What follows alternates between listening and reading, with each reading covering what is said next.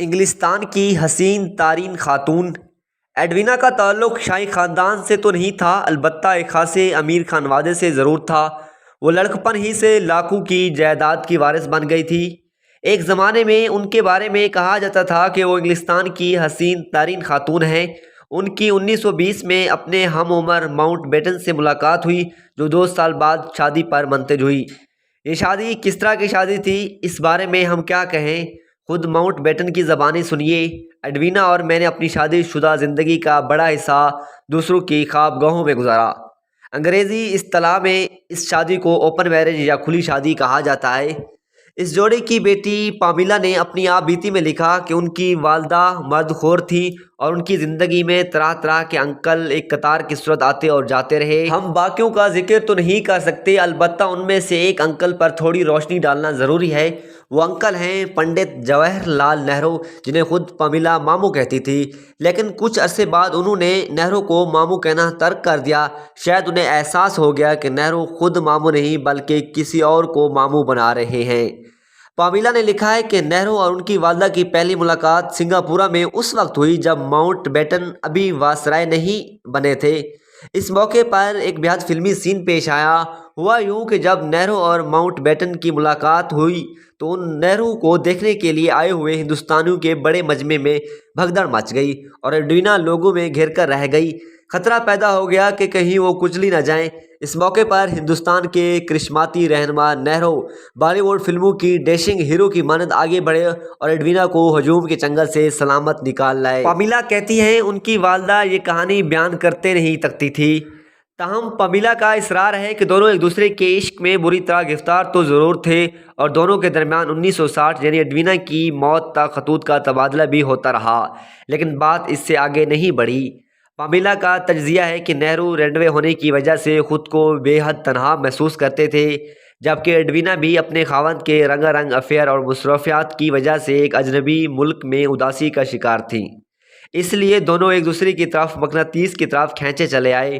ایڈوینا نہرو کے نام ایک خط میں لکھتی ہیں، ہم نے جو کیا یا محسوس کیا وہ کبھی بھی تم اور تمہارے کام اور میرے کام کے درمیان حائل نہیں ہو پائے گا، کیونکہ اس سے ہر شے تباہ ہو جائے گی۔ جبکہ نہرو نے ایک خط میں ایڈوینا کو لکھا، اچانک مجھے احساس ہوا اور شاید تمہیں بھی ہوا ہو کہ ہمارے درمیان ایک گہری وابستگی موجود ہے، ایک ایسی طاقت جو قابو سے باہر ہے، جو ہمیں ایک دوسرے کی طرف کھینچ رہی ہے۔ مجھے اس طاقت کا ہلکا سا احساس تھا اور اس نے مجھے پوری طرح بے بس کر دیا، اور ساتھ ہی ساتھ اس نئی دریافت نے مجھے سرشار بھی کر دیا۔ ہم زیادہ قریب آ کر گفتگو کرنے لگے، جیسے ہمارے درمیان سے کوئی پردہ اٹھ گیا ہو اور ہم خوف یا خجالت کے بغیر ایک دوسرے کی آنکھوں میں جھانک سکتے تھے۔ تاہم پامیلا کے مطابق یہ محبت افلاطونی ہی رہی، کیونکہ نہرو نے بے حد عزت دار انسان تھے، اس لیے انہوں نے قدم آگے بڑھانے کی کوشش نہیں کی، ورنہ ایڈوینا تو اوپن میرج کی وجہ سے تیار ہی تھی۔ رنین جینکنز تسانگ نے ایڈوینا کے سوانح حیات لکھی ہے۔ اس میں وہ ان دونوں کے تعلقات پر روشنی ڈالتے ہوئے کہتے ہیں، اس میں کوئی شک نہیں کہ ایڈوینا اور جواہر ایک دوسرے میں بے حد دلچسپی لیتے تھے، یہ پیار اور دوستی کا معجزہ ہے۔ تسانگ بھی اس بات کے قائل ہیں کہ دونوں کے تعلقات جسمانی حد تک نہیں پہنچے۔ اکیلی رات کا تنہا مہمان۔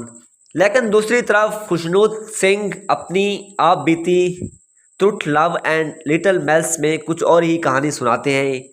یہ واقعہ اس وقت کا ہے جب نہرو نے بطور وزیر اعظم پہلی بار انگلستان کا دورہ کیا۔ اس وقت خوشنود سنگھ برطانیہ میں بھارت کے پریس اتاشی تھے۔ جب نہرو کا جہاز لندن میں اترا تو آدھی رات کا وقت تھا۔ بھارتی سفارتی عملے کے ارکان ان کے استقبال کے لیے موجود تھے۔ نہرو یہ دیکھ کر خوش تو ہوئے، مگر مصنوعی غصے کا اظہار کرتے ہوئے یہ بھی کہے گے کہ آپ لوگ اس وقت یہاں کیا کر رہے ہیں، جائیں اپنے گھروں کو اور آرام کریں۔ خشنود لکھتے ہیں کہ اگلے دن صبح سویرے میں نے دیکھا کہ اخبار دی ڈیلی ہیرالڈ نے نہرو اور لیڈی ماؤنٹ بیٹن کی ایک بڑی تصویر چھاپی ہے، جس میں لیڈی نے شب خوابی کا لباس پہن رکھا ہے اور وہ نہرو کے لیے دروازہ کھول رہی ہے۔ نیچے ایک کیپشن میں لکھا ہے، لیڈی ماؤنٹ بیٹن کا رات کا مہمان۔ اس کے علاوہ اخبار نے یہ اطلاع دینا بھی ضروری سمجھا تھا کہ لارڈ صاحب اس وقت لندن میں موجود نہیں ہیں۔ ہمارے وزیر اعظم کی لیڈی ایڈوینا کے ساتھ تعلقات اسکینڈل کے درجہ اختیار کر گئے۔ ہیرالڈ کے فوٹوگرافر نے انہیں رنگے ہاتھوں نہیں تو کم از کم ہاتھ رنگنے کی تیاری کرتے ہوئے ضرور پکڑ لیا تھا۔ یہ واقعہ برطانوی اخباروں نے خوب نمک مرچ لگا کر اچھالا اور وزیر اعظم ہند کا دورہ اسی کی لپیٹ میں آ گیا۔ خشنود سنگھ نے لکھا کہ بھارتی ہائی کمشنر نے مجھے کہا کہ اس واقعے کی وجہ سے نہرو تم پر سخت برہم ہیں۔ میں نے کہا اس میں میرا کیا قصور ہے؟ مجھے کیا پتا تھا کہ نہرو رات کو اپنے ہوٹل جانے کے بجائے ماؤنٹ بیٹن کے گھر چلے جائیں گے۔ بعض حلقوں کی جانب سے یہ دعویٰ بھی کیا جاتا ہے کہ ماؤنٹ بیٹن نے ہندوستان کی آزادی کی تاریخ اس لیے 10 ماہ آگے کر دی کہ انہیں نہرو اور اپنی بیوی کے تعلقات کا پتہ چل گیا تھا، وہ جلد از جلد کام نمٹانا چاہتے تھے۔